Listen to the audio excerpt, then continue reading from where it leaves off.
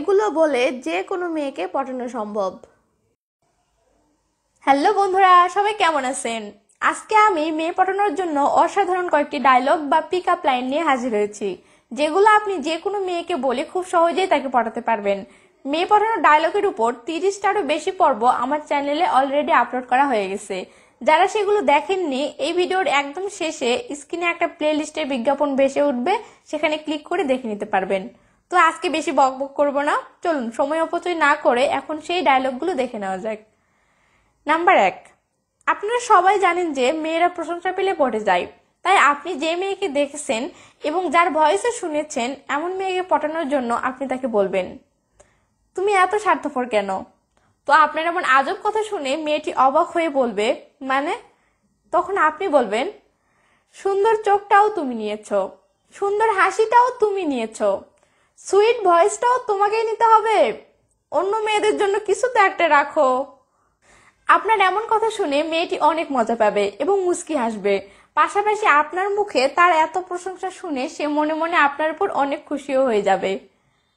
Number 2, আপনি যে মেয়েকে পটাতে চান তার সাথে আপনার যদি বন্ধুসুলভ একটা সম্পর্ক থাকে, তাহলে আপনি তাকে একদিন জিজ্ঞেস করবেন, তুমি নুডলস বানাতে পারো? তো 95% মেয়েই যেহেতু নুডলস রান্না করতে পারে, কাজে আশা করা যায় মেয়েটি বলবে, পারি। তখন আপনি আবার জিজ্ঞেস করবেন, তুমি ডিম ভাজি বানাতে পারো? এক্ষেত্রে 95% মেয়েই বলবে, পারি। তখন আপনি মজা করে মেয়েটিকে বলবেন, নুডলস, ডিম ভাজি সবই বানাতে পারো, আমাকে বয়ফ্রেন্ড বানাতে পারো না? আপনার প্রথম দিকের করা 2টি প্রশ্ন দেখে কোনো মেয়েরই আইডিয়াতেই আসবে না যে আপনি শেষের দিকে এসে তাকে এত রোমান্টিক একটা কথা বলবেন। তাই আপনার এমন ব্যতিক্রম ধর্মের প্রপোজে যে কোনো মেয়ে অনেক সারপ্রাইজ হয়ে যাবে। নাম্বার 3, আপনি যে মেয়েকে নিয়মিত দেখে আসতেছেন, এমন মেয়েকে পটানোর জন্য আপনি তাকে দেখার পর অথবা তার নতুন কোনো ফটো দেখার পর মজা করে তাকে বলবেন, অবসর কবে নেবে? তো মেয়েটি আপনার এমন আজব প্রশ্ন শুনে অবাক হয়ে বলবে, মানে? বা কিসের অবসর?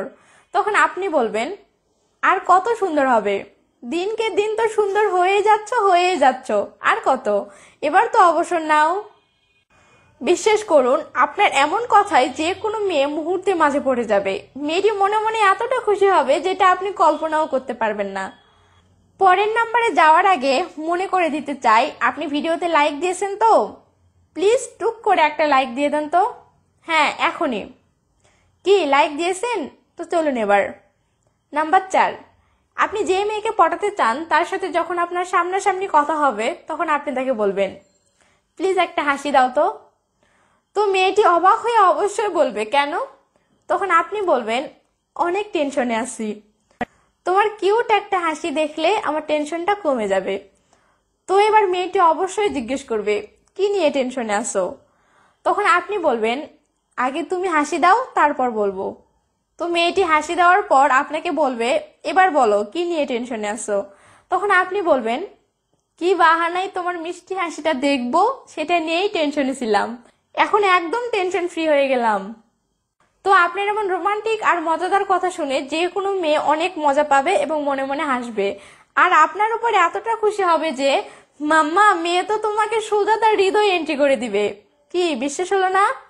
আচ্ছা, আমাকে দেখলে কি কোনো অ্যাঙ্গেলে মনে হয় যে আমি মিথ্যা কথা বলতে পারি? ও সরি, অনেকে তো আবার আমাকে দেখেননি।